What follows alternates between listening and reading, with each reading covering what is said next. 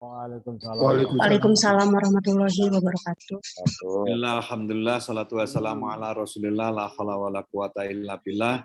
Rabbi shrah li sadri wa yassir li amri wa hlul 'uqdatam min lisani yafqahu qawli ma ba'du.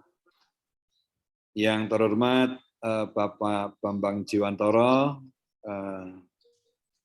sebagai narasumber, beliau adalah CSR Manager dari PT POMI Python Probolinggo. Yang terhormat Direktur Pasca Sarjana Universitas Malang, Bapak Profesor Mas'ud Said MM PhD, Bapak Ibu dosen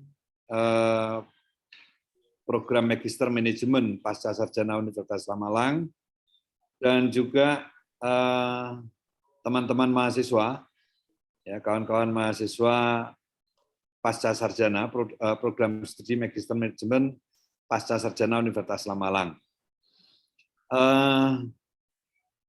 Syukur alhamdulillah, marilah kita panjatkan kehadirat Allah Subhanahu wa taala yang telah melimpahkan segala nikmat kepada kita sekalian sehingga kita pagi hari ini dapat bergabung dalam acara guest lecture dengan tema The Change Leader of New Normal Era dengan narasumber Bapak Bambang Jiwantoro dari PT POMI Python Probolinggo. Salawat serta salam semoga tetap tercurahkan kepada junjungan kita Nabi besar Muhammad SAW. Bapak Ibu yang saya hormati, acara pada pagi hari ini nanti yang pertama adalah sambutan sekaligus presentasi dari Bapak Direktur, kemudian atau paparan materi dari Bapak Direktur. Kemudian yang kedua nanti materi akan disampaikan oleh Bapak Bambang Jiwantoro. Untuk mengawali acara pada pagi hari ini, marilah kita bersama-sama membaca Ummul Quran. Mudah-mudahan apa yang kita hajatkan senantiasa mendapatkan ridho dari Allah Subhanahu wa taala. Ala hadziniyah wa ala kulli niyatin sholihah. Al-Fatihah. Bismillahirrahmanirrahim. Alhamdulillahirabbil alamin. Arrahmanirrahim. Maliki yaumiddin. Iyyaka na'budu wa iyyaka nasta'in.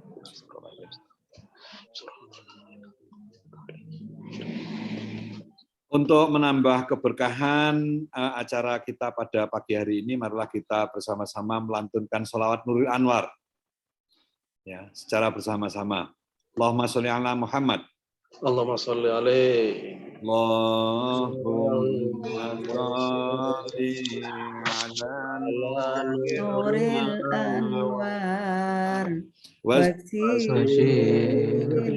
asrari watiryatil ahyar wa miftahi babil yasari sayyidina wa maulana Muhammadil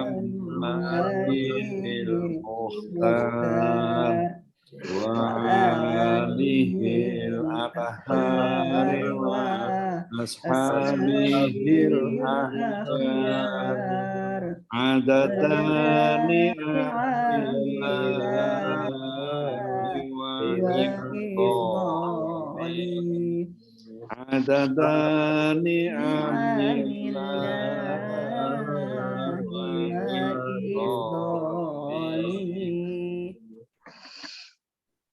Bapak Ibu, ini lantunan sholawat Nurul Anwar ini harus kita lakukan sebagai salah satu budaya Unisma. Sebenarnya ini sebagai salah satu bentuk budaya yang sudah menjadi bahasanya itu sudah menjadi ciri khas kita. Jadi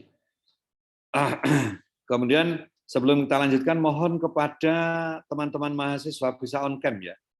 Sekali lagi mohon kepada teman-teman mahasiswa bisa on cam. Tidak usah malu, mungkin tidak usah malu ya, on cam saja. Mohon sekali lagi teman-teman mahasiswa bisa on cam. Baik. Bapak, Ibu, dan saudara-saudara sekalian, selanjutnya kami mohon kepada Bapak Direktur Pasca Sarjana, Bapak Profesor Haji Mas'ud Said MMPSD untuk berkenan memberikan sambutan, membuka acara, dan juga mempresentasikan materi yang sudah disiapkan. Untuk itu waktu dan tempat kami persilahkan, Prof. Terima kasih. Assalamualaikum warahmatullahi wabarakatuh. Waalaikumsalam warahmatullahi wabarakatuh. Hamdan wa salaman wa ba'du. Allahumma salli ala Sayyidina Muhammad wa ala alihi wa ashabihi ajmain. Selamat pagi, selamat weekend, salam sejahtera untuk kita semua. Yang saya hormati Bapak Bambang Jiwantoro dari POMI Python dan kawan-kawan dari BP Migas. Yang saya hormati sahabat saya Bapak Dr. Pardiman, para dosen Magister Manajemen Unisma yang saya hormati, para mahasiswa, dan semua yang dirahmati Allah. Yang pertama, sebelum saya menyampaikan beberapa catatan ringan mengenai manajemen perubahan, saya ingin mengucapkan terima kasih atas inisiasi dari Kaprodi Magister Manajemen Unisma yang menggagas dan menginisiasi dan melaksanakan seminar yang tentunya nanti insya Allah akan memberikan beberapa banyak insight, banyak ilmu baru, banyak pengayaan tentang manajemen perubahan yang sekarang sedang terjadi secara signifikan, cepat, dan masif.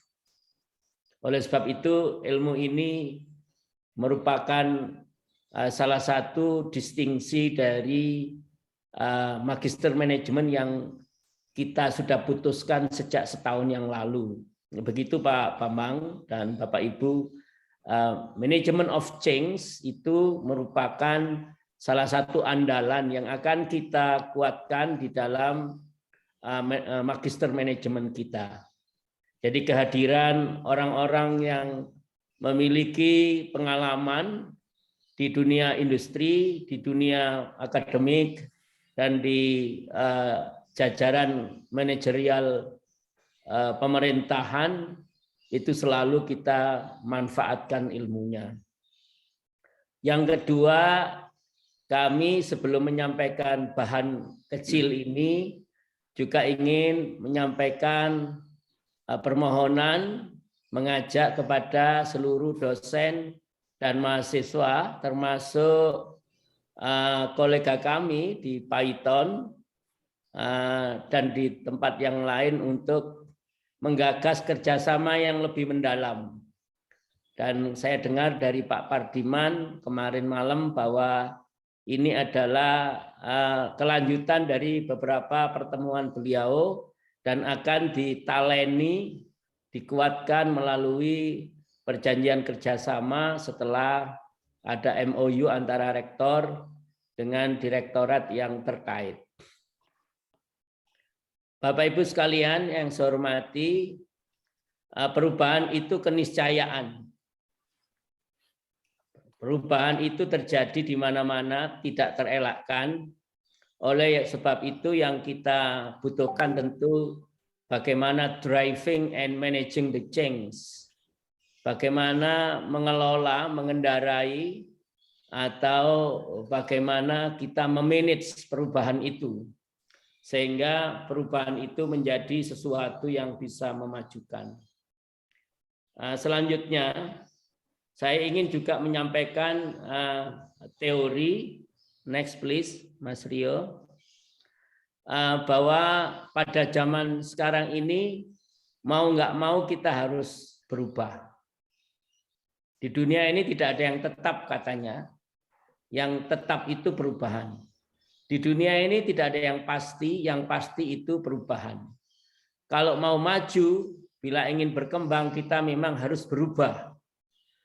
berupa cara berpikir, berupa cara bersikap, cara merespon keadaan karena keadaan berubah total, perubahan cara kerja, ini mechanism of work, itu juga harus dirubah. Tidak boleh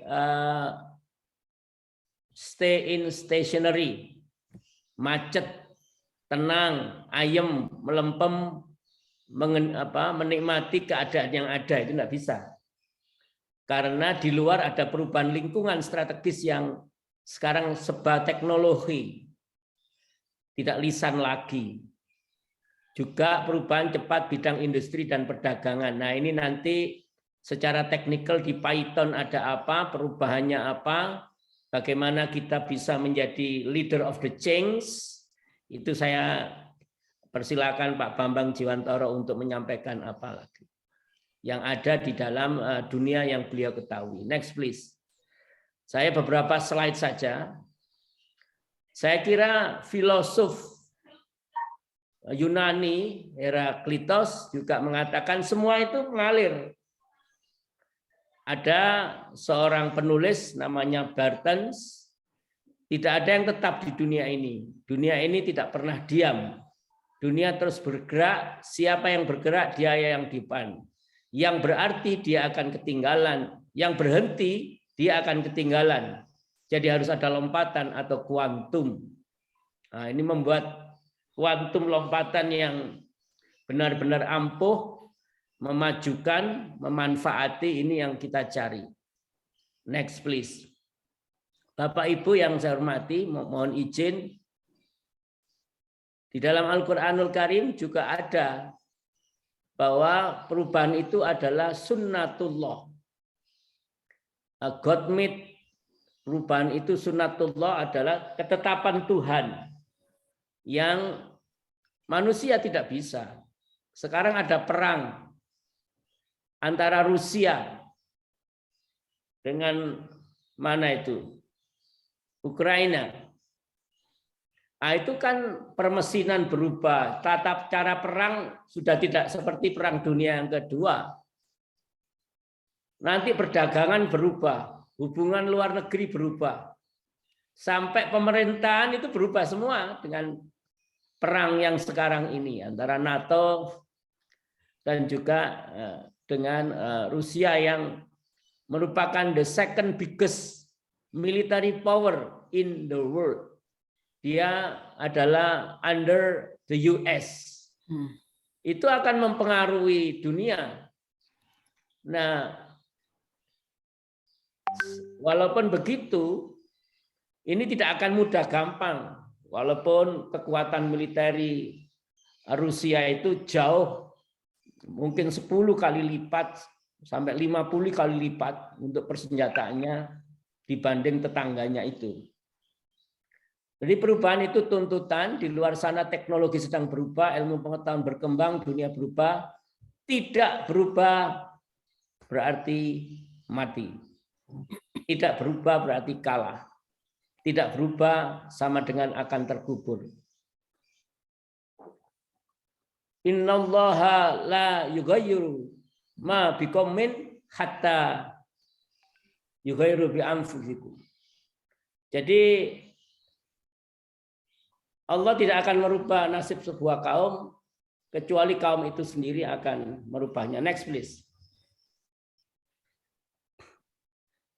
Nah, ke depan butuh quantum leap, yaitu lompatan kecepatan yang memanfaatkan perubahan baik visi, strategi maupun personel. Kami di Unisma selama 5 tahun belakangan ini merupakan perubahan, mengajukan perubahan-perubahan yang sangat signifikan, termasuk juga di Pascasarjana. Cara kerja, manajemen, tata kelola, administrasi, kemudian ketersediaan data, informasi, itu akan kita tata sedemikian rupa. Saya kira itu yang perlu saya sampaikan, tidak panjang-panjang, kini hanya pengantar, dan selebihnya kita sampaikan permohonan kepada semua bahwa Magister Manajemen ini agak promosi sedikit. lagi ingin menerima mahasiswa sebanyak-banyaknya menurut penelitian, peran dosen, peran orang tua, kolega, alumni itu sangat penting. Oleh sebab itu kalau satu-satu memberikan informasi mengenai pendaftaran mulai bulan ini, bulan April juga ada, untuk tahap yang kedua dipersilahkan. Yang terakhir sekali Mas Rio, satu slide lagi. Menurut orang Jepang itu adalah perubahan yang istiqomah, namanya kaizen. Kaizen itu kai itu change, zen itu good. Kaizen is continuous improvement to change for the better. Selamat berseminar. Terima kasih atas waktunya. Mohon maaf atas segala kekurangan. Sampai ketemu di darat, Pak Bambang dan tim. Kita tunggu di Pasca Sarjana lantai 2 dan kita akan melanjutkan pertemuan ini untuk diaplikasikan sehingga kita dua-duanya mendapatkan diri sebagai salah satu pemenang leader dari perubahan. Terima kasih. Wallahul muwaffiq ila aqwamit thoriq. Wassalamualaikum warahmatullahi wabarakatuh. Waalaikumsalam warahmatullahi wabarakatuh. Warahmatullahi. Prof, mohon izin Prof. Belum dibuka. Oh, baik.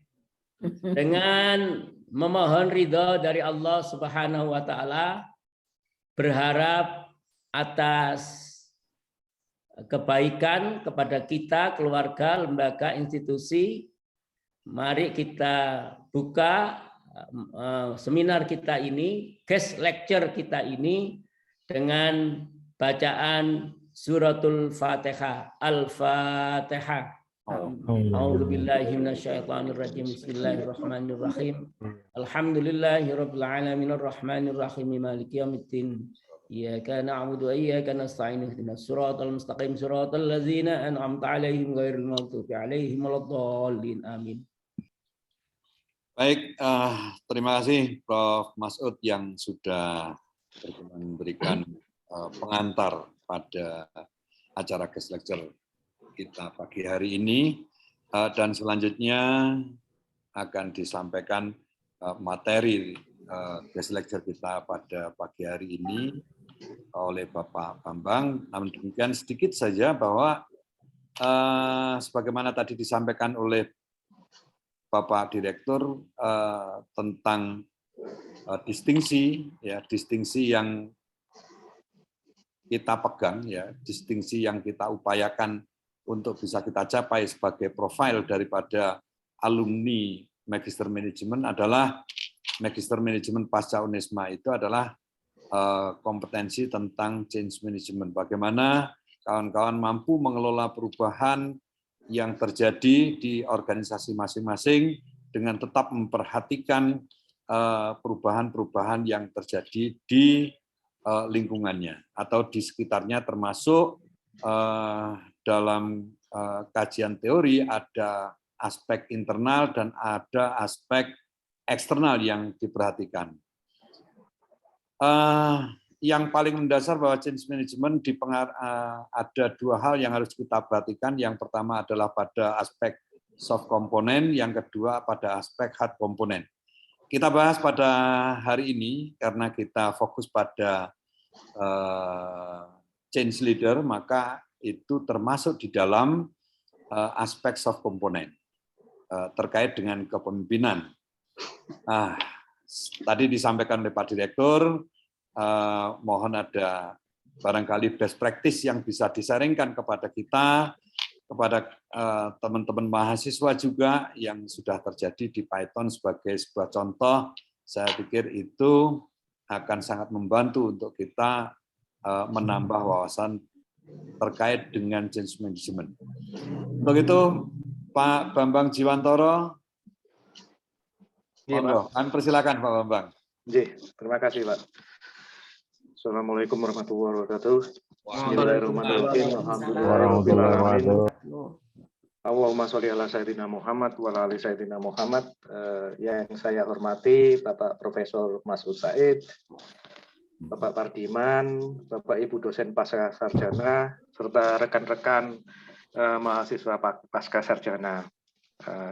Izin saya menyampaikan materi, tapi sebelumnya saya harus mohon maaf karena mungkin paparan saya nantinya mungkin kurang muatan akademis, hal-hal akademis ya, lebih banyak aspek praktis. Namun demikian, semoga ini bisa menjadi manfaat bagi rekan-rekan semua yang hadir di sini. Izin share screen. Mas Rio, Pak Bambang bisa dijadikan host. Oke.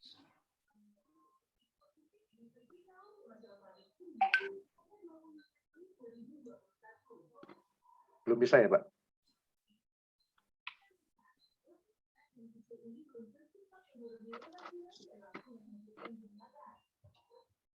Sebentar, saya sepertinya mengalami kesulitan ini sebentar.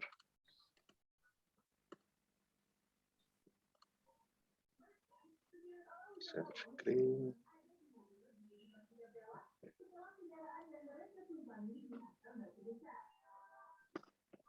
Sudah bisa lihat, Bapak? Sudah, Pak. Ya, Pak.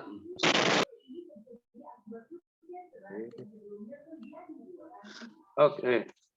Terima kasih. Izinkan saya pada kesempatan pagi ini untuk menyampaikan topik mungkin bukan change leaders ya, tapi ini adalah apa yang saya arahkan, rencanakan dan arahkan di departemen saya, terutama di PLTU Python, terkait perubahan yang harus kita lakukan dalam menghadapi situasi saat ini.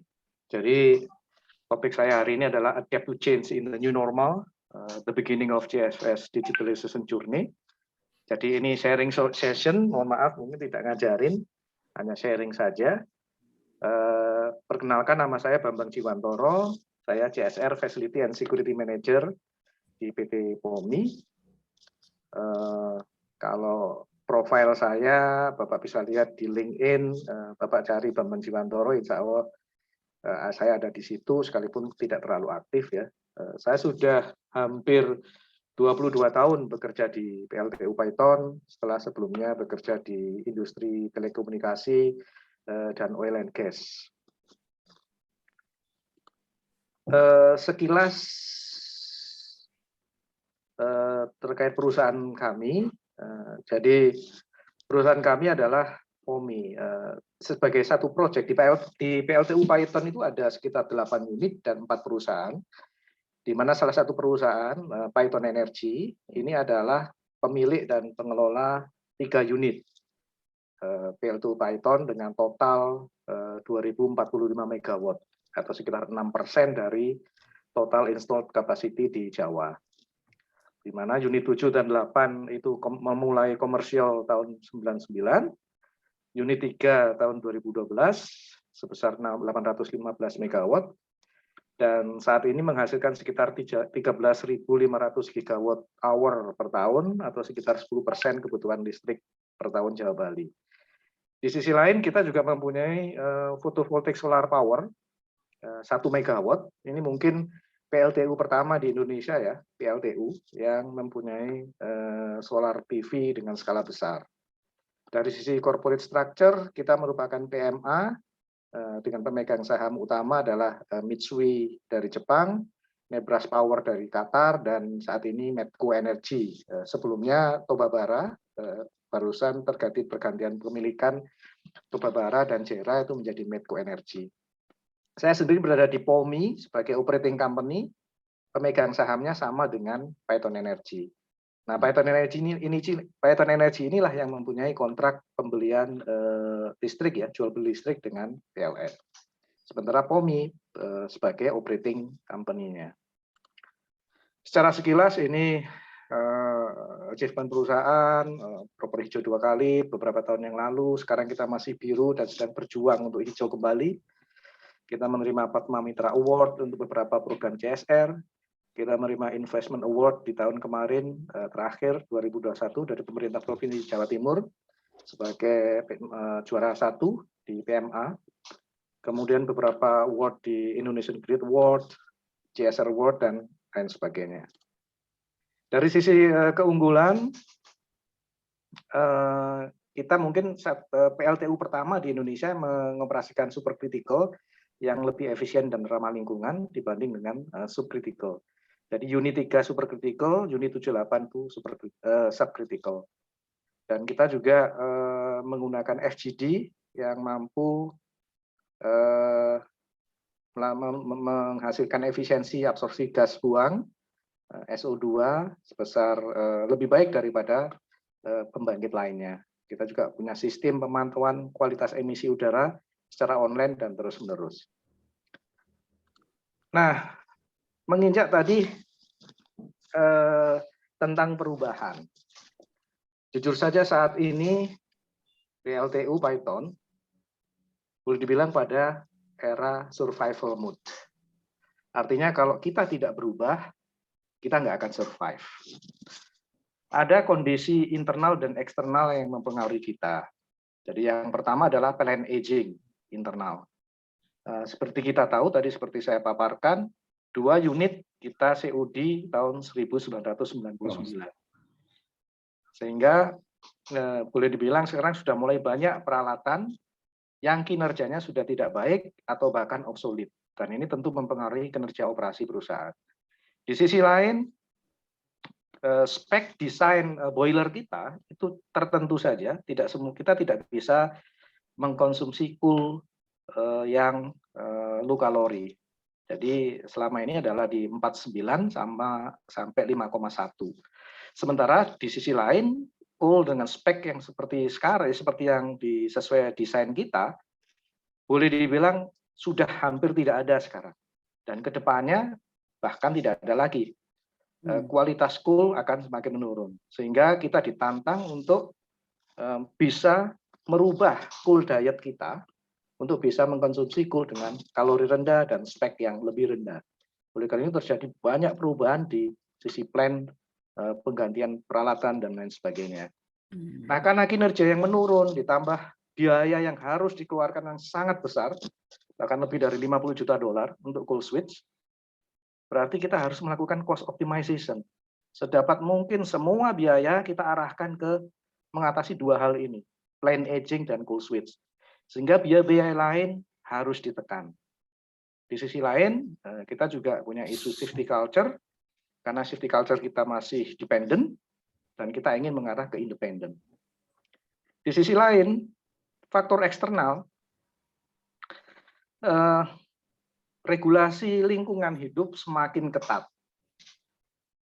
Dan ini terutama untuk pembangkit listrik batu bara. Kemudian juga ada new emerging power plant baru dengan teknologi yang lebih baik, lebih efisien, lebih ramah lingkungan, bahkan sekarang kecenderungannya mengarah ke renewable energy.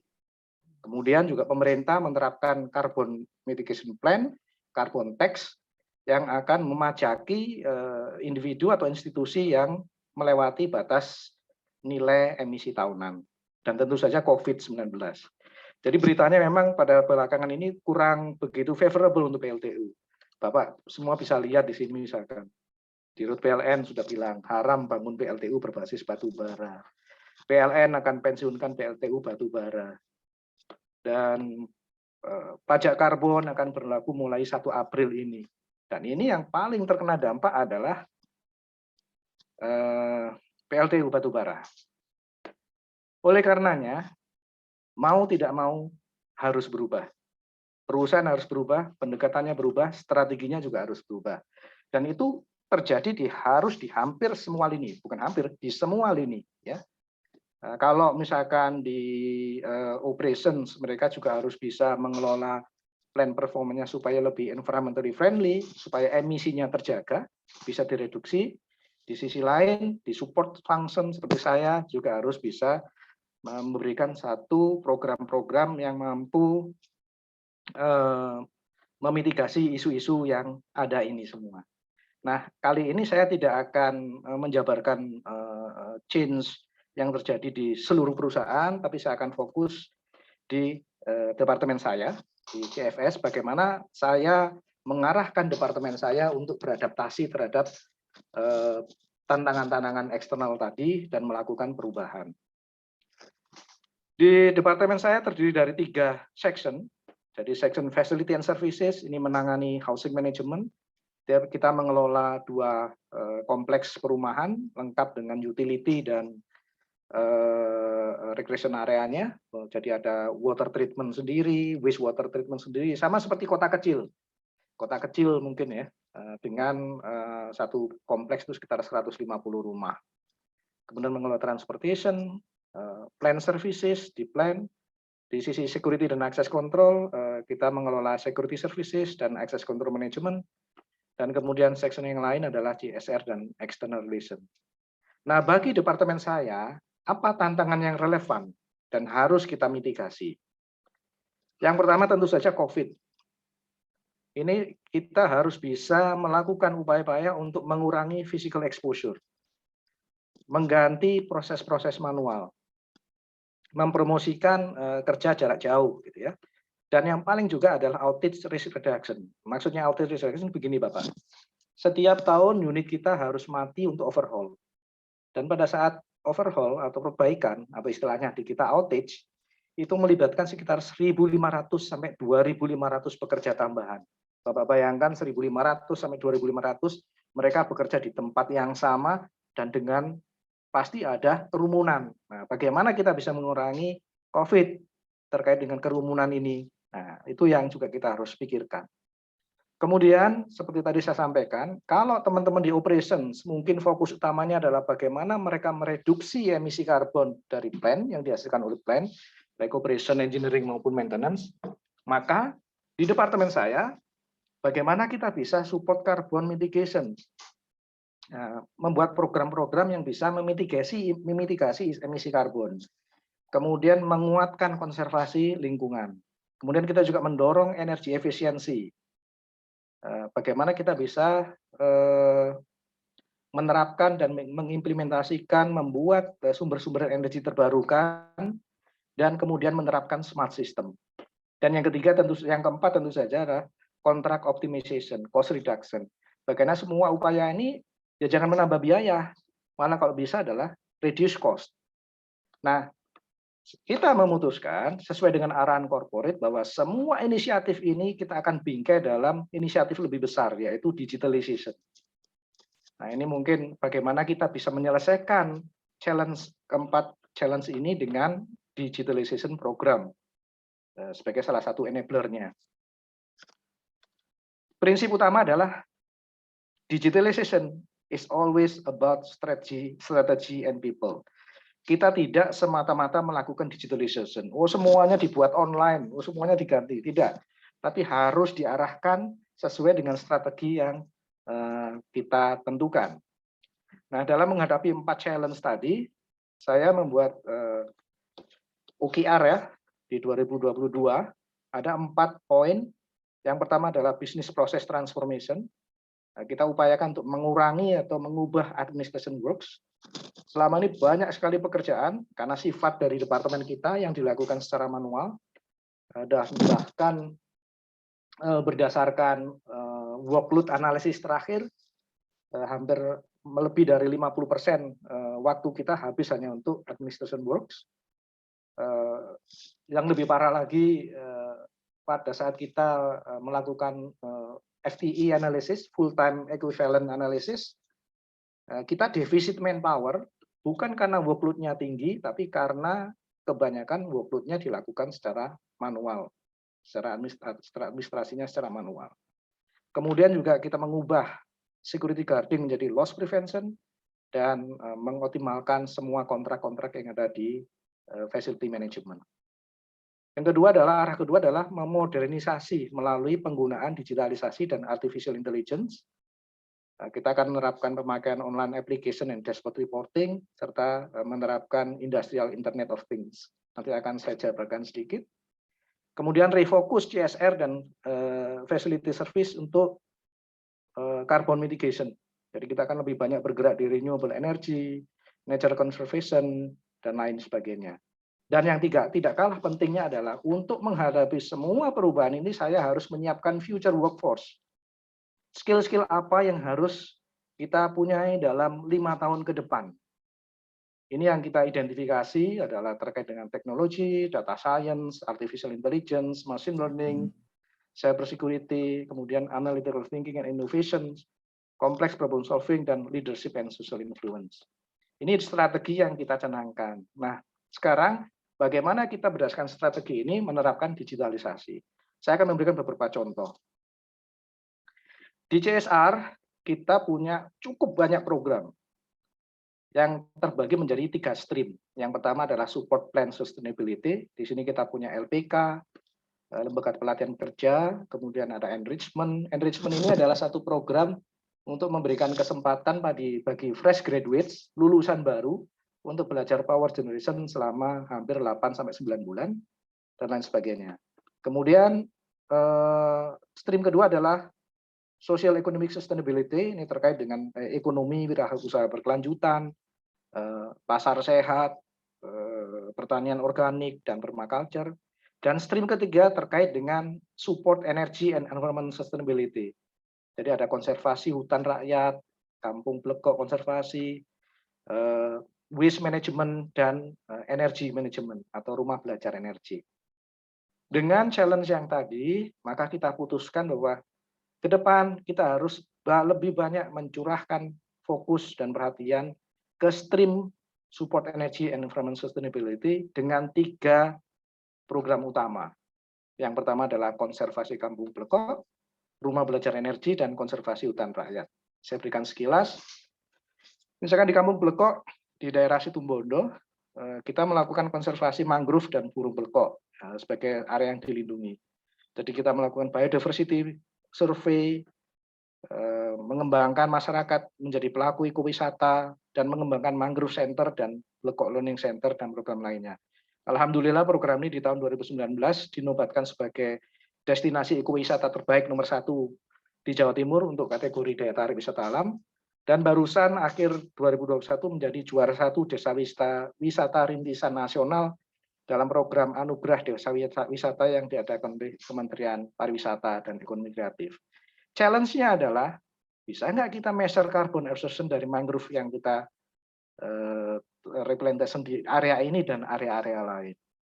Kalau kita lihat di sini, keanekaragaman dan kemerataan juga lebih baik. Program yang kedua adalah di bidang rumah belajar energi. Jadi program ini bertujuan untuk memperkuat kajian dan pemanfaat potensi energi terbarukan di sekitar kita, seperti biogas, PLTA, angin, pembangkit listrik tenaga surya, dan pembangkit listrik mikrohidro. Semua instalasi ini, kecuali PLTS ya, itu kita buat sendiri di LTK kita, di bengkel kita.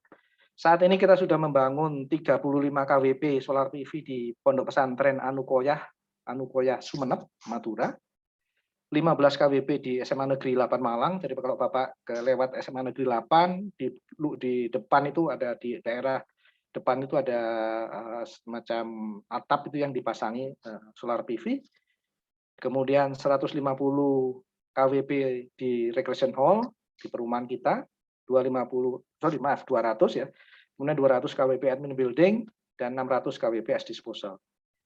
Kita juga sudah membangun 3 mikrohidro di Kalipedati, semuanya di Probolinggo, 7 kW, di Kuyangan 10 kW, dan di Ngepung 10 kW.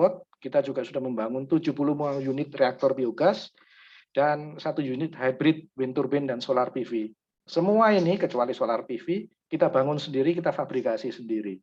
Saya malah sempat kepikiran ini, kalau misalkan bisa kerjasama dengan Unisma nih ya, dengan Fakultas Teknik untuk buat mikrohidro di Kalibrantas di dekat rumah saya ini, yang turun ke bawah, tata surya ke bawah. Mungkin bisa dilakukan, bisa dipertimbangkan Pak Pardiman. Challenge-nya kemudian adalah bagaimana kita mengukur carbon emission reduction ekuivalen dengan kilowatt yang di-generate, yang dibangkitkan. Sehingga ini kemudian bisa dihitung dan dipakai untuk seumpama misalkan carbon emission kita itu melewati nilai emisi batas tahunan, maka itu bisa mereduksi. Sehingga kita tidak perlu membeli melalui mekanisme carbon trading atau melalui mekanisme carbon tax. Kemudian juga di program ketiga, kita punya program konservasi hutan rakyat di Selo Banteng. Kita menanam 10.000 pohon sejak tahun 2009 sampai sekitar 150.000 pohon. Dan ini tidak hanya memberikan manfaat ekologis, tapi juga memberikan manfaat ekonomis berupa kredit tunda tebang untuk hampir 600 petani, sekitar 1,3 M di 2019 dan 1,1 M di 2017. Berdasarkan pengamatan NDVI, kita melihat vegetasi dan tutupan lahan juga membaik dari jarang sedang menjadi sedang rapat. Dan karbon yang kita tangkap dari hutan rakyat ini adalah sekitar 3.853 ton karbon per hektar. Itu pengukuran tahun 2020. Dan juga salah satu manfaat program ini adalah meningkatkan daerah resapan air dan mencegah erosi. Kembali, challenge-nya adalah bagaimana kita mengukur carbon absorption from tree plantation ini. Mau tidak mau kita harus pasang sensor, kita harus pasang peralatan yang connected ke platform tertentu sehingga kita bisa mengukur misalkan mikrohidro berapa dia di-generate real time. Itu yang sekarang sedang kita upayakan ya. Namun demikian yang juga tidak kalah penting adalah bagaimana kita mengelola resources kita, staf kita di CSR, sesuai nggak dengan arahan perubahan strategi ini. Jangan-jangan waktu yang mereka habiskan, upaya yang mereka habiskan justru untuk program lain. Jadi kita ada aplikasi MyDay, ini juga kita mulai, sehingga kita akan bisa melihat berapa sih persentase sumber daya yang kita pakai untuk setiap tema CSR kita, yang kita pakai untuk membantu pencapaian SDG. Berapa persen? Jangan-jangan tidak sesuai dengan strategi. Nah, ini juga kita butuhkan resource management ini supaya kita bisa mengarahkan, membelokkan kembali dan menyelaraskan kembali upaya CSR dengan tujuan strategi di depan yang tadi kita canangkan, yaitu carbon mitigation. Kemudian saya bergerak ke section yang lain, yaitu security. Di security section kita sekarang kuatkan dengan 134 security guards, 13 access control, dan 13 dari TNI dan Polri. Kemudian secara sistem kita punya access control system, kemudian ada sekitar 62 CCTV, hampir 600 access control reader, access control operation 24 jam, dan pembagian area berdasarkan kewenangan tertentu. Nah, tantangannya di sisi security adalah bagaimana kita merubah traditional security guarding services menjadi loss prevention. Dari yang semula reaktif, terlalu banyak proses manual, mau berpikir apa sih security guard ngurusin satpam ya paling gitu-gitu aja. Sebenarnya tidak. Karena apa? Kalau tetap polanya security guarding services ya seperti itu saja. Gitu. Tapi kalau kita mengarah ke loss prevention, maka kita akan membuat satu sistem pengamanan yang proaktif, prediktif, automated process, dan yang paling penting adalah data-driven decision making. Jadi kita mempunyai dua fase untuk digitalisasi. Yang pertama adalah automated process, better control people and asset protection, dan security management dashboard. Jadi bisnis strategi kita adalah proactive loss prevention. Operation modelnya ada dua step, automated process dan predictive analysis. Automated process adalah teknologi enabler-nya yang kita terapkan adalah online access control, material movement, dan hardware monitoring.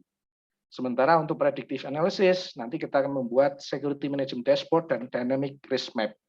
Yang saya maksud dengan dynamic risk map adalah kita bisa mengetahui secara real time berapa banyak orang berkumpul di area-area tertentu, misalkan di turbine building, di boiler building, berapa orang berkumpul di situ.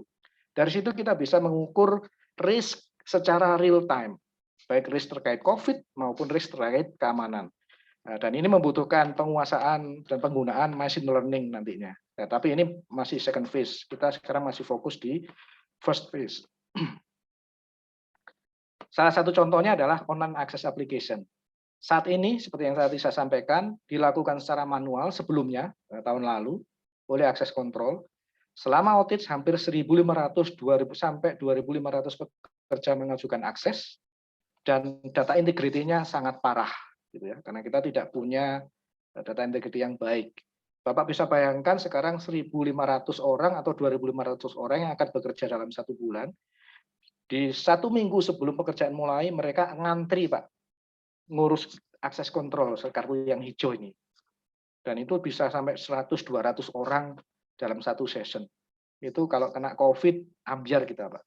Sama seperti dulu pada saat di gelombang Delta, kita bisa mencek kasus sehari lebih dari 100 orang terpapar. Kemudian kita terapkan New Online Access Application System, dan ini mampu mengurangi paparan fisik terhadap akses kontrol selama outage dari semula 1.500 dari 2.500 orang menjadi hanya 50-100 orang. Kemudian mengurangi penggunaan ID card, karena bisa dilakukan berulang kali asal dia bekerja di tempat kita sekalipun PT-nya berbeda. Nah, ini bisa cost reduction juga, pengurangan biaya, karena ID card kita mahal, Pak, magnetic card-nya. Kemudian untuk menjamin security-nya, setiap security post dilengkapi barcode scanner untuk spot check. Benar nggak ini Pak Nurul Huda? Jangan-jangan dipalsu gitu ya. Kemudian prosesnya semakin cepat karena menggunakan proses online, dan proses blockage dapat dengan mudah diidentifikasi. Dan ini alhamdulillah sudah diterapkan dan sudah menunjukkan hasil yang sangat baik. Kemudian dari sisi maintenance, kita juga terapkan online access control PM and inspection, memakai QR code, sehingga ini kita bisa melacak online secara real time apakah satu alat sudah dilakukan maintenance atau belum, dan bisa melaporkan defect apapun secara instan. Karena tidak ada physical interface, semuanya dilakukan melalui aplikasi, tentu saja ini mereduksi COVID dan juga mereduksi biaya lain yang tak terduga. COVID, untuk saya nggak akan terlalu banyak bicara di sini, hampir semuanya sama campaign-nya. Saya akan berpindah ke facility and services. Jadi saya tadi udah bicara mengenai CSR, security, dan section ketiga adalah facility and services.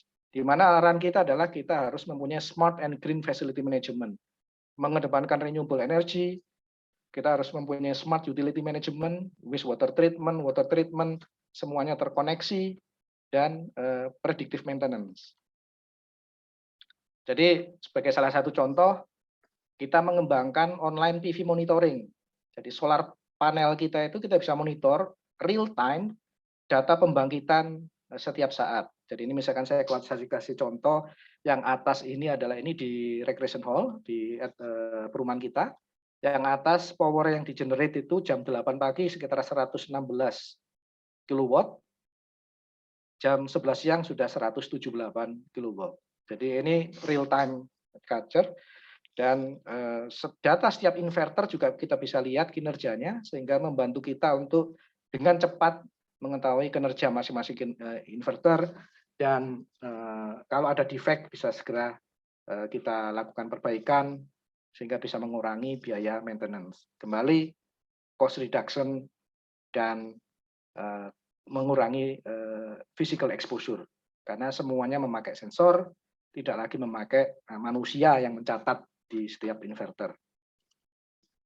Demikian juga di utility kita, ini belum kita operasikan, saat ini masih bidding phase, tapi planning-nya adalah bahwa di water treatment plant kita dan juga di WWTP kita akan memasang sensor, kemudian yang terkonek dengan on-premise server ya, kita nggak pakai cloud dulu karena faktor security, kita memakai on-premise saja, dan kita connect dengan smart water metering di setiap rumah dan smart electricity metering di setiap rumah. Tahapannya nanti menuju smart building. Jadi semuanya terkoneksi dan dapat dilihat di dashboard. Jadi kita tahu misalkan dalam bulan ini berapa air yang kita konsumsi. Kita bisa melakukan savings di sana. Cost reduction sekali lagi. Dan ini tidak perlu lagi orang datang ke masing-masing rumah untuk mencatat. Semuanya langsung terkoneksi di sistem kita. Sekarang pada bidding phase, target operasi sekitar Q4 tahun ini, Pak. Ini juga di predictive analysis juga sama, saya nggak akan terlalu ini karena ini masih bidding phase. Intinya adalah kalau kita lihat tadi, dari semua inisiatif-inisiatif dan strategi yang kita canangkan, banyak hal yang memang kita bisa lakukan secara digitalized, di mana itu membutuhkan visual reporting dan predictive outcome. Kita bisa kelola melalui dashboard analysis, data science, kemudian real-time measurement, juga menerapkan industrial Internet of Things.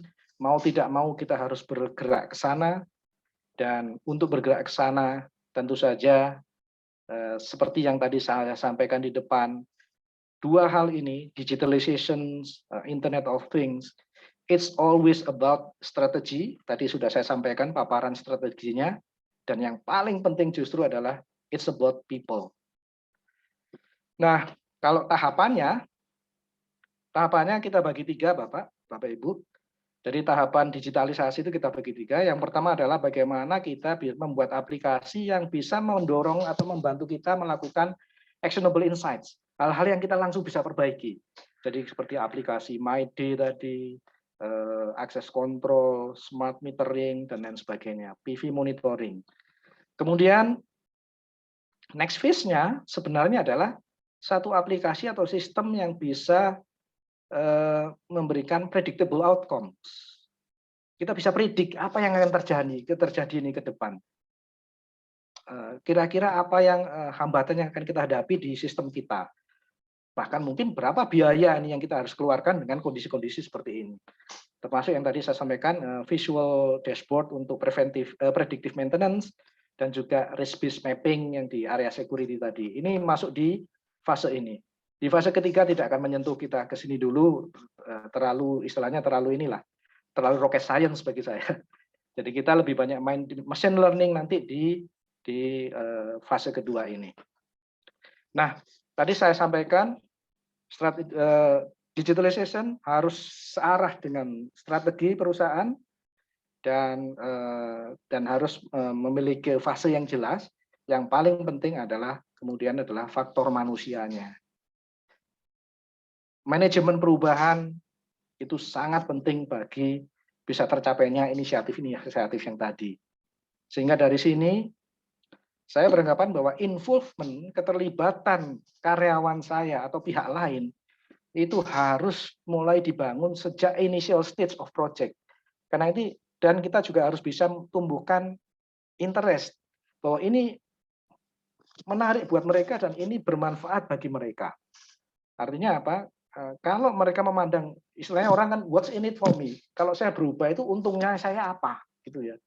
Nah ini kita memberikan penjelasan bahwa ini loh untungnya dari perubahan yang kita lakukan, dari digitalisasi yang kita lakukan, ini akan membantu Anda dan membantu teman-teman semua untuk deliver their objective sesuai dengan strategi yang ditetapkan oleh department manager, yaitu saya. Kemudian juga kita harus membangun technological knowledge dan know-how. Saya fokus saat ini ke data science and machine learning, dan yang paling penting adalah communication. Karena tanpa ada komunikasi yang terstruktur, maka benefits dari transformasi tadi tidak akan bisa dipahami dengan baik. Dan terakhir adalah terkait dengan future skills. Kita bisa merancang tadi seperti itu, tapi kalau kita tidak reskilling our people, ya kita nggak akan bisa optimal. Saya pernah baca satu artikel dari World Economic Forum bahwa 50% karyawan itu membutuhkan reskilling by 2025. Dan saya melihat di departemen saya demikian juga. Jadi reskilling, resource reskilling harus tetap kita lakukan di 4 area bagi saya. Pertama adalah di teknologi, data science, artificial intelligence, machine learning, dan cyber security. Karena ini sesuai dengan tipikal pekerjaan kita. Kemudian analytical thinking and innovations, complex problem solving, dan yang paling penting juga ada leadership and social influence. Karena kita berurusan dengan masyarakat, berurusan dengan orang banyak. Kalau yang nomor 1 itu lebih banyak ke hard skill, di nomor 2, 3, dan 4 adalah soft skill. Saya kira ini yang akan bisa membantu departemen kami dan perusahaan untuk mencapai tujuan dan strategi yang sudah kita gariskan tadi. Itu sekilas mungkin yang bisa saya paparkan, Bapak sekalian. Barangkali mungkin ada saran, ada kritikan, monggo kami persilahkan. Terima kasih, Pak. Baik, terima kasih Pak Bambang. Luar biasa, kita sudah mendengarkan walaupun apa namanya itu bercerita tentang Python, tetapi atau tentang perusahaan, tetapi kita bisa melihat bahwa atau kita bisa melihat dari paparan tadi ada beberapa tahapan ketika mengidentifikasi, ketika membuat perencanaan tentang bagaimana mengelola perubahan, seperti yang tadi disampaikan oleh Pak Bambang. Ada identifikasi tantangan, ya, ada identifikasi tantangan dari berbagai macam program atau dari berbagai macam perubahan yang terjadi pada aspek internal maupun internal yang dirasakan oleh pihak manajemen perusahaan. Tadi sudah diidentifikasi pada bagian ini apa tantangannya, bagian ini apa tantangannya, dan kemudian bagaimana mensikapi itu semua. Itulah sebenarnya konteks daripada change management practice, kan begitu Pak Bambang ya? Ya, konteks implementasi manajemen perusahaan. Jadi prakteknya seperti itu. Ya, barangkali nanti ada beberapa diskusi yang bisa kita kembangkan untuk mendalami terkait dengan change management. Mungkin sekitar case success-nya bagaimana, kata kuncinya, sehingga itu menjadi satu keberhasilan bagi perusahaan, kira-kira kata kuncinya di mana. Baik, kami membuka apa namanya, sharing juga, membuka pertanyaan, membuka pendapat, gitu. Kami persilakan Bapak Ibu, mungkin berdasarkan pengalaman masing-masing. Pak Harno di Migas, Pak Gora di BNI Syariah, ya, Pak Gora di BNI Syariah, hadir dan Pak Gora ini. Oh, ada. Oke, Pak Alfi Gora, beliau ini BM-nya BNI Syariah Lampung, Bapak. Kebetulan juga mahasiswa kita, Prof. Pak Alfi Gora, Branch Manager di Lampung, Bank Syariah Lampung. Yang di Migas ini ada Pak Ino, ini dari Pertamina. Hadir enggak ya Mas Ino ini? Hadir, Pak. Oh, siap. Iya. Ini dari Pertamina. Oke, kami silakan. Mungkin ada beberapa hal yang perlu ditanyakan. Oke, Pak Harno, silakan. Terima kasih Pak Mardiman, mohon izin Bapak Profesor, Bu Ida, Pak Adis, dan teman-teman yang lain. Dan mohon izin Pak Bambang, menarik sekali, luar biasa, seperti apa yang disampaikan Pak Bambang. Saya juga menggarisbawahi banyak quantum leap, lompatan yang luar biasa. Dari apa yang disampaikan Pak Bambang Jiwantoro, jadi saya mungkin mencermati Pak dari sisi ini EBTKE, perubahan energi baru terbarukan. Dan tapi yang lebih konsen lagi mungkin nanti mohon untuk dijelaskan lebih detail Pak. Bagaimanapun teknologi itu kan sebagai alat, sebagai media saja Pak. Tapi yang lebih penting menurut saya adalah perubahan dari sumber daya manusia sendiri. Artinya dari SDM-nya sendiri. Tadi terakhir sudah disampaikan. Saya ingin mendapat penjelasan yang lebih konkret, Pak. Bagaimana pengembangan SDM ini sehingga dengan perubahan teknologi, perubahan aplikasi yang ada, dia mampu untuk menyesuaikan, menyelaraskan, bahkan mengikuti dengan perubahan itu sendiri. Saya berpikir perubahan apapun di teknologi kita, katakanlah dengan program apa yang sampaikan Pak Bambang yang luar biasa tadi, tanpa didukung dengan perubahan sumber daya manusia, tidak hanya di area karyawan, tapi di lingkungan yang binaan tempatnya Pak Bambang. Saya kira itu hanya mungkin pekerjaan yang berat dan nonsen. Saya kira mungkin itu Pak Bambang, mohon untuk dijelaskan lagi trik dan strateginya bagaimana merubah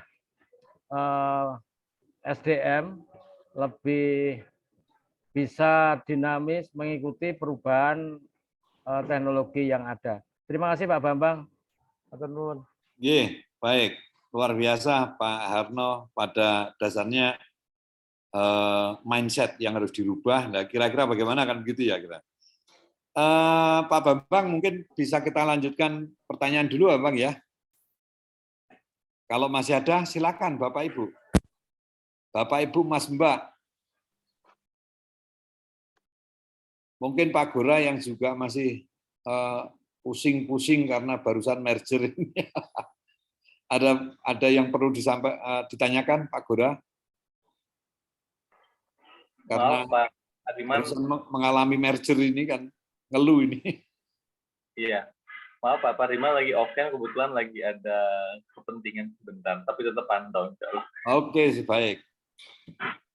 Yang lain mungkin Bapak Ibu, silakan. Bisa sharing ya. juga. Mohon izin bertanya Pak. Oke, Mas Samsudin ya? Oke Pak. Oke, silakan.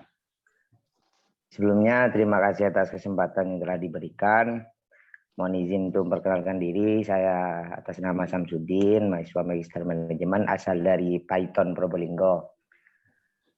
Nah, di sini yang ingin saya tanyakan mengenai apa yang sudah direalisasikan oleh Bapak Bambang selaku fasilitator di PT Mumi Python, terutama ketika sudah merealisasikan di bagian planning, organizing, actuating, sama controlling, hal apa yang selalu menjadi hambatan ketika kita ingin menjalankan meskipun tidak selamanya bisa tercapai 100%, namun apa saja yang menjadi hambatan sehingga itu bisa diminimalisir untuk bisa tercapai suatu tujuan di dalam suatu perusahaan.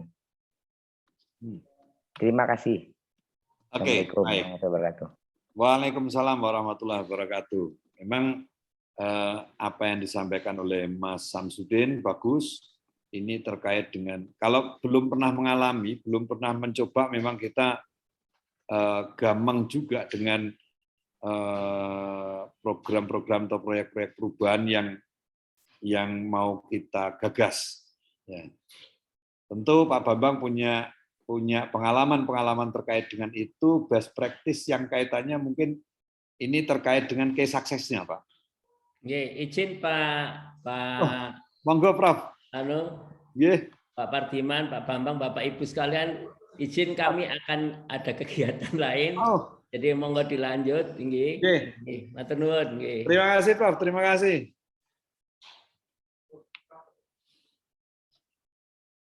Baik, silakan.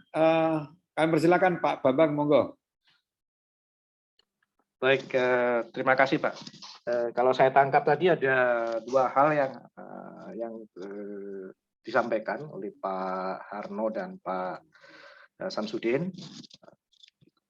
Tadi yang Pak Harno terkait EBTKE dan trik strategi menggugah SDM lebih dinamis, serta Pak Samsudin hambatan. Ini saya ceritakan sedikit saja. Sebagai setiap perusahaan selalu berpikiran mempunyai prinsip ongoing concern. Artinya adalah mereka harus berpikir bahwa mereka tetap beroperasi selama-lamanya. Sekalipun jujur saja, kontrak perusahaan kita dengan PLN itu selama 40 tahun dengan skema BOO, Build Operate Own, dan akan berakhir sekitar tahun 2042 atau sekitar 20 tahun lagi. Dulu asumsi yang kita bangun adalah pada saat kontrak selesai di tahun 2042, maka pilihannya dua. Satu, kita dismantle power plant, atau kita jual power plant secara utuh ke PLN untuk dioperasikan secara PLN. Itu asumsi yang dipakai pada saat kita desain bisnis modelnya dulu. Namun kemudian sekarang kita tahu bahwa pemerintah dengan COP 100 berapa itu? 100 itu ya, yang dari Prancis itu lebih mengedepankan EBT. energi baru dan terbarukan.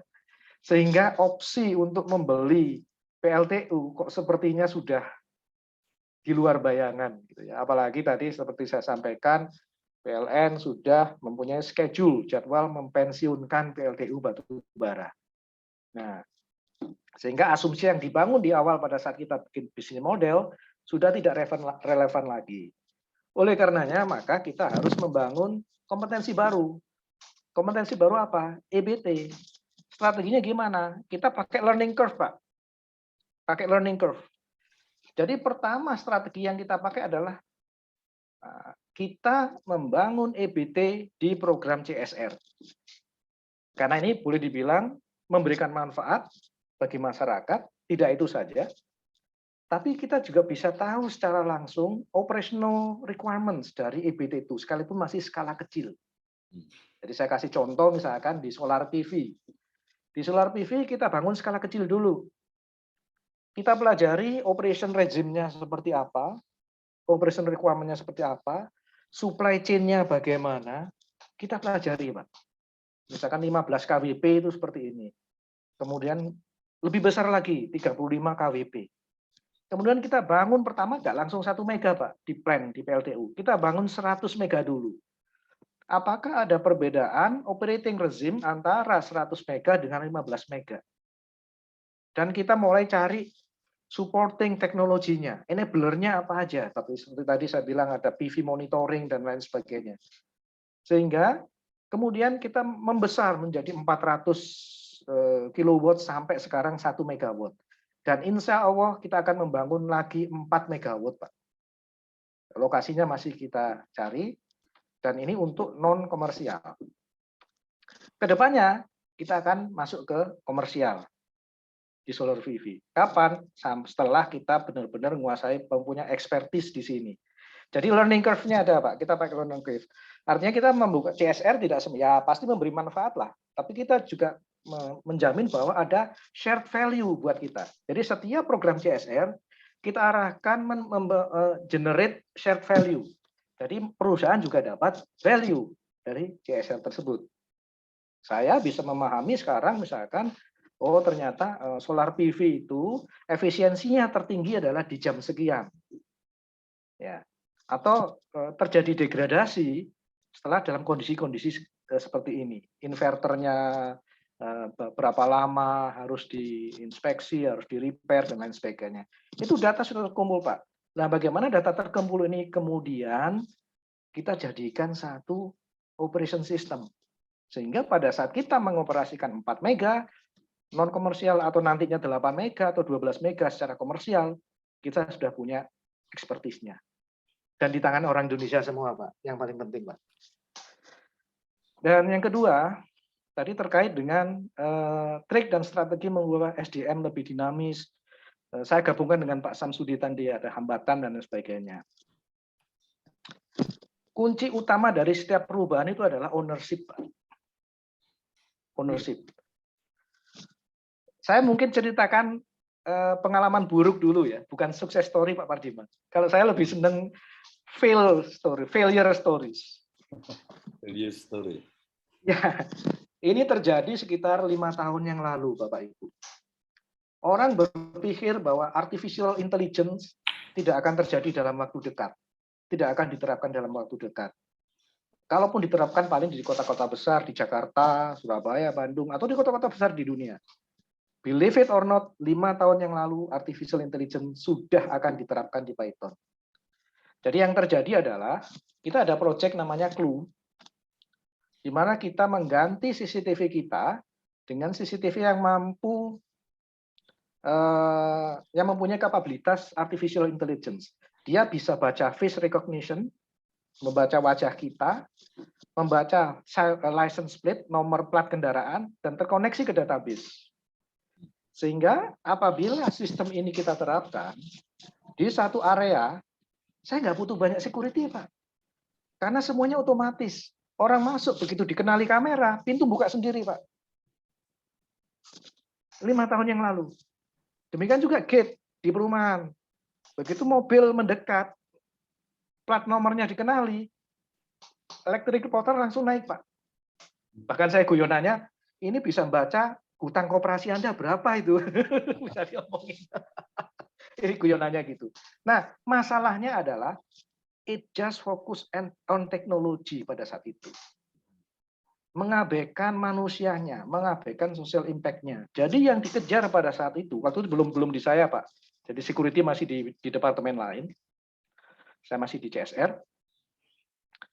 Yang dikejar adalah efisiensi, karena dengan penerapan sistem ini bisa mengurangi 12 orang security guards dalam satu ini. Itu efisiensi yang luar biasa besar dari biaya dan lain sebagainya, dari manning dan lain sebagainya. Dan begitu saja diterapkan, Pak. Apa yang terjadi? Ya social dispute lah. Kita diancam mau didemo 1.000 orang dari 10 desa. Nah, akhirnya saya diminta turun untuk mendinginkan situasi. Kita bahas solusinya gimana, kita coba temukan solusi. Artinya apa? Pertama adalah setiap perubahan kita harus mempunyai strategi. Strategi setiap perubahan. Kemudian yang kedua adalah, jadi kita tahu potensial risk-nya itu apa. Dan kita bisa mitigasi lebih awal. Yang kedua adalah ownership, engagement. Yang paling penting bagi saya adalah di fase awal, di planning. Jadi orang tahu kenapa sih kita harus berubah.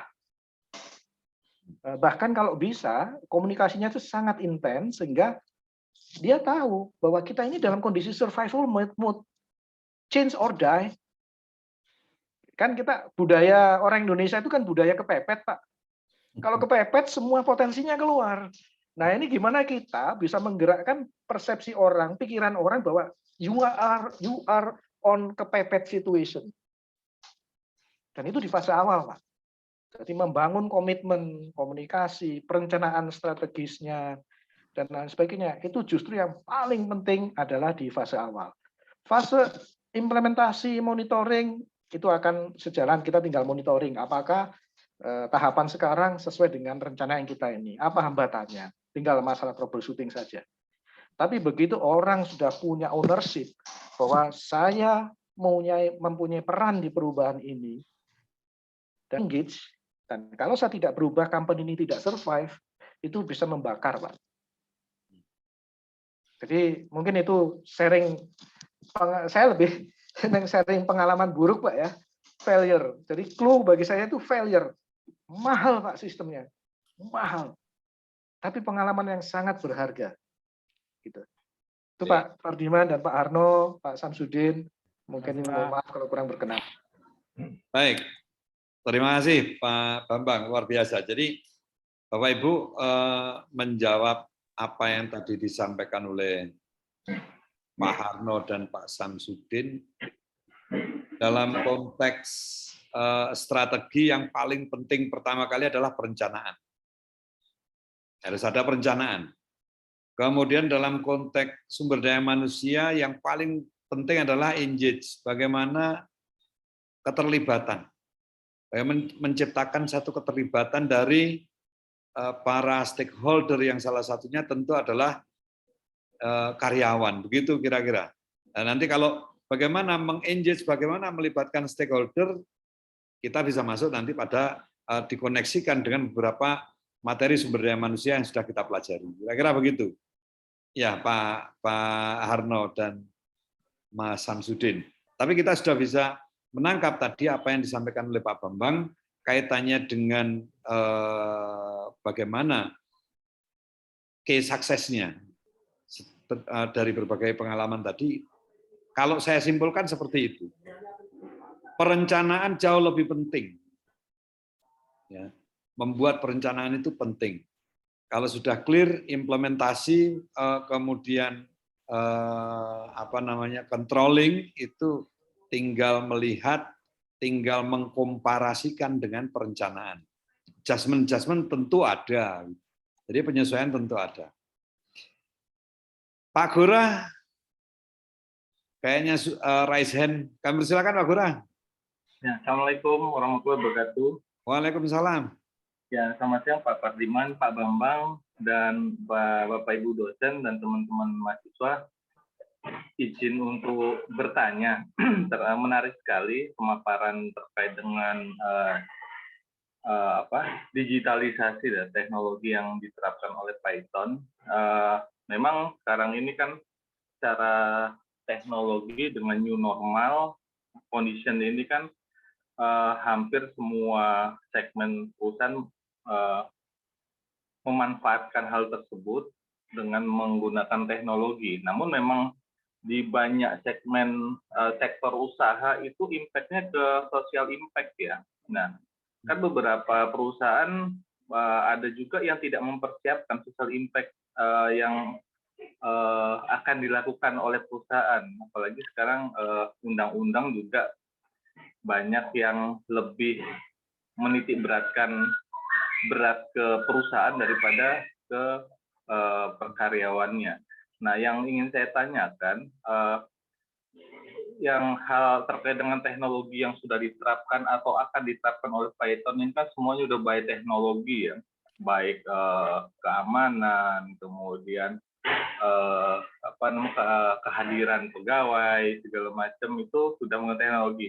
Nah, di bidang atau divisi Bapak ataupun secara keseluruhan Python itu social impact apa yang dipersiapkan apabila memang semua itu kan akan diterapkan, karena kan begitu diterapkan akan mengurangi tenaga manusia. Nah, apakah sudah dipersiapkan orang-orangnya ini mau dikemanain gitu kan, atau memang dipersiapkan akan dikurangi atau akan dialihkan ke mungkin sektor yang atau bidang yang membutuhkan tenaga manusia. Karena kan kalau semua perusahaan melakukan hal tersebut, impact sosialnya akan sangat besar ya. Karena bahkan banyak sekali kalau hanya memikirkan efisiensi dan teknologi, tidak memperhatikan impact sosialnya. Kalau dari 10 perusahaan atau 10 sektor semuanya melakukan hal tersebut, habis semuanya masih jadi pengangguran ukurannya. Makanya itu yang Python kan memang perusahaan sekarang sudah besar, sudah internasional, dan semua sudah terkonsep dengan baik. Nah, hal seperti ini sudah dipersiapkan seperti apa oleh Python untuk penerapan itu, otomatis kan ada yang terimpact nih tenaganya, umpamanya security tadinya 10, jadi tinggal 2, tinggal pantau aja. Nah, itu yang 8 itu memang secara benefit perusahaan akan menghitung budget saja atau sudah mempersiapkan ya orangnya mau dimanakan, akan dikerjakan di apa gitu. Mungkin itu Pak Pardiman, Pak Bambang, mohon pencerahannya. Terima kasih. Assalamualaikum warahmatullahi wabarakatuh. Salam, terima kasih Pak Gura. Bisa kami tangkap bahwa beberapa perubahan itu sering menimbulkan social impact. Dampak sosial yang misalnya ya utamanya yang misalnya terkait dengan kebijakan PHK itu kan, karena kita beralih pada teknologi, kemudian perusahaannya berpikir tentang efisiensi, ada dampak sosial yang unpredictable biasanya begitu. Apakah hal-hal seperti itu sudah diprediksi sehingga bisa, karena itu juga bagian dari perubahan yang terjadi di masyarakat, yang pada akhirnya berdampak kepada perusahaan juga nanti ujung-ujungnya. Kira-kira seperti itu, best practice-nya seperti apa. Tadi kayaknya Bu Penny raise hand juga, kemana sekarang? Kok hilang? Oke, mungkin ada lagi? Mohon maaf, low sinyal Pak, low sinyal. Oh, Pak, mohon maaf, low sinyal. Low sinyal. Mungkin ada yang lain? Baik, Pak Bambang, kami persilakan. Sharing lagi ini. Oke, monggo Bambang. Oke, jadi ada dua pendekatan yang kita lakukan, Pak. Tapi sebelumnya saya akan cerita kembali pada saat kita melakukan change management yang tidak baik. Kalau kurang baik mungkin tidak baik lah, ya. Yaitu pada saat implementasi Clue. Jadi saya senang memakai ini karena justru failure itu give a lot of lessons for us gitu ya. Implementasi Clue tadi, di mana dengan penerapan AI 5 tahun yang lalu, desa Python, Pak. Bukan di Malang. Itu mengurangi 12 orang. Dan akhirnya menjadi social impact. Menimbulkan social impact yang luar biasa, yang alhamdulillah kita bisa mitigasi. Nah, berangkat dari situ ada 2 hal yang sudah kita siapkan. Terkait dengan, pertama adalah pasti kita refocusing dulu. Tadi saya sampaikan bahwa sebagian besar kita melakukan setiap beberapa tahun itu workload analisis, Pak. Di sedikit SDM gitu, Pak. Workload analisis. Dan kita memetakan berapa persen sih yang dipakai untuk executing, planning, dan lain sebagainya. Berapa persen waktu yang dipakai untuk administratif, berapa persen untuk hal yang sifatnya strategik, berapa persen yang sifatnya teknis. Kemudian dari situ kita bisa melihat jumlah tenaga kerja ini cukup nggak sih, gitu ya. Jadi di workload analysis yang terakhir ada satu fakta yang menarik, yaitu bahwa hampir 60%, 50% lebih sedikit lah ya, itu waktu kita kebanyakan terpakai untuk hal yang sifatnya administratif. Itu karena manual. Kemudian dari FTE analisis, kita itu kekurangan tenaga kerja. Defisit, Pak. Bahkan di departemen saya dihitungannya cukup besar. Nah, defisitnya itu ternyata begitu kita analisa lagi bukan karena bukan karena load-nya yang sangat tinggi, sangat banyak, tapi karena load yang ada itu kebanyakan dilakukan secara manual. Jadi kembali administrasi manual. Sehingga yang kita akan lakukan adalah kita refocusing. Kita upayakan hal-hal yang manual kita menjadi sistem. Orang-orangnya nanti kita arahkan untuk melakukan pekerjaan yang lebih meaningful, lebih banyak analisis, lebih banyak melakukan komunikasi dan lain sebagainya, analisis ya. Nah, tentu saja itu nggak bisa langsung kita bisa lakukan.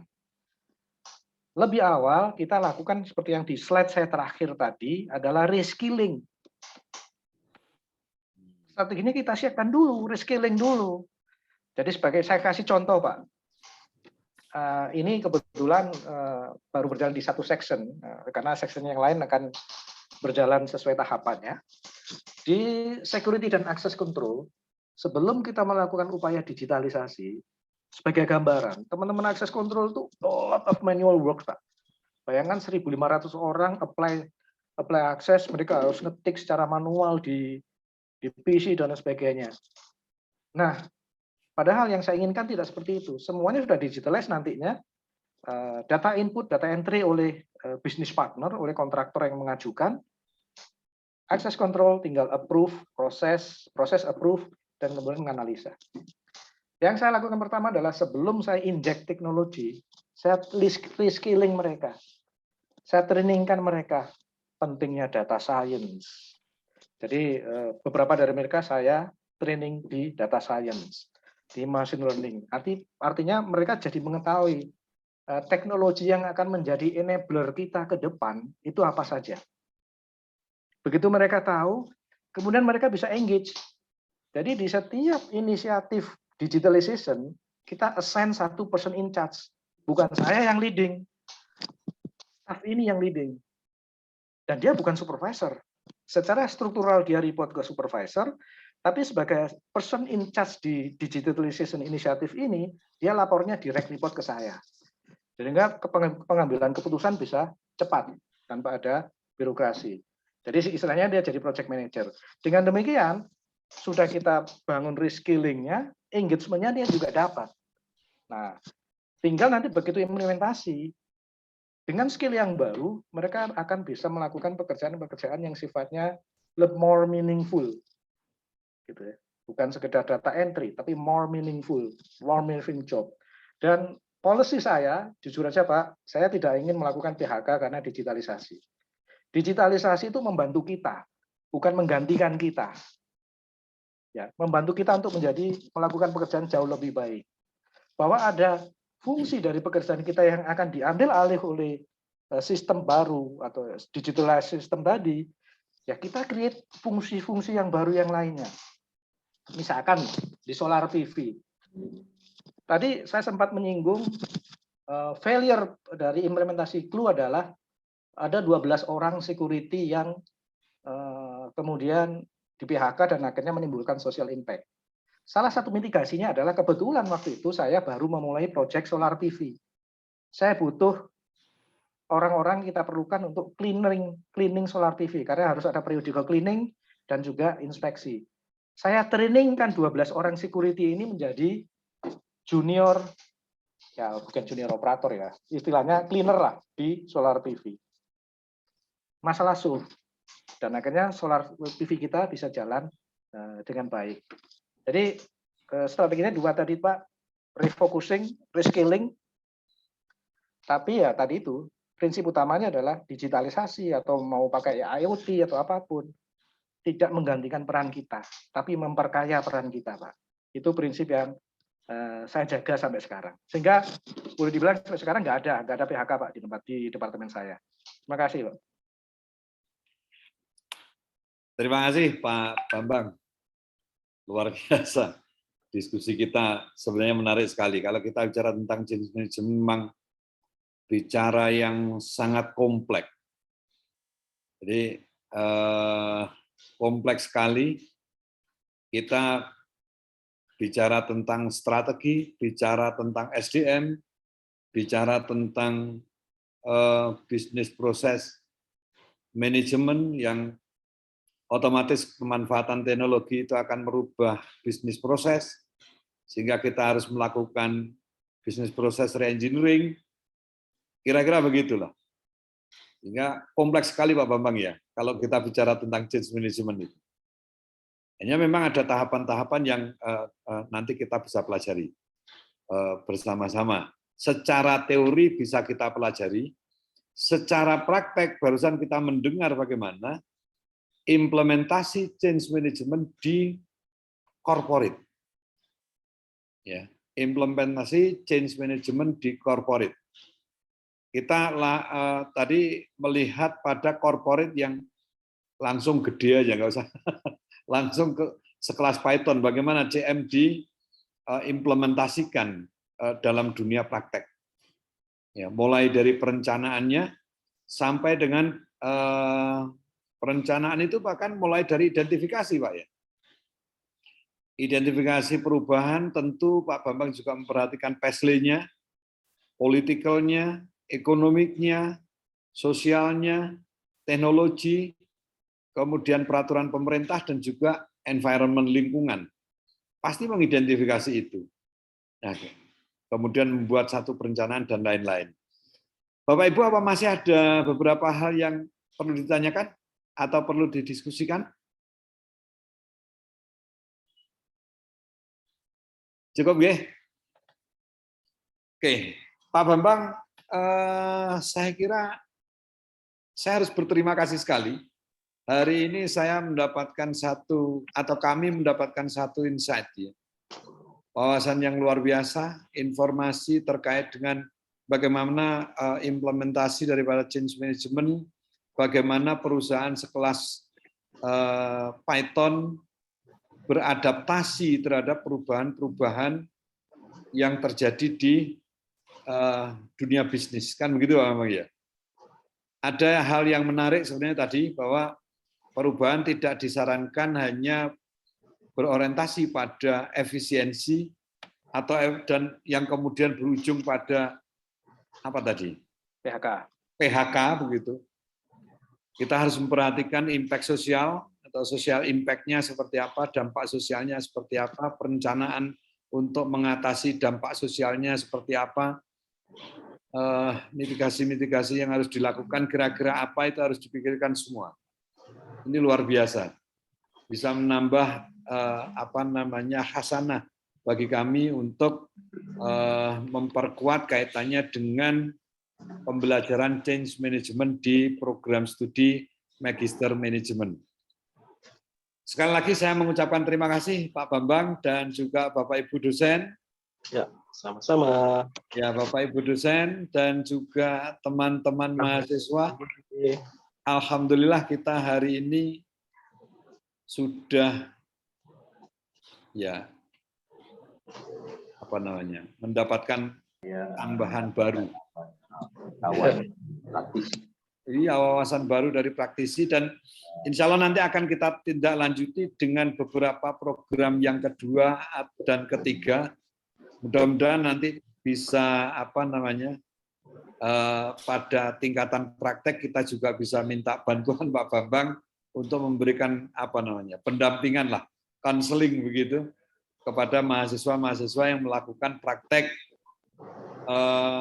pengembangan atau penyusunan proyek perubahan Pak Bambang, karena ini penting sekali. Ya. Baik, saya selaku Ketua Program Studi Magister Manajemen sekali lagi mengucapkan terima kasih dan mohon maaf apabila dalam penyelenggaraan ini ada beberapa hal yang kurang berkenan di hati Bapak Ibu sekalian. Kami akhiri. Wallahul muwaffiq ila aqwamit thoriq. Wassalamualaikum warahmatullahi wabarakatuh. Waalaikumsalam. Warahmatullahi wabarakatuh. Selamat Pak Mardiman. Waalaikumsalam.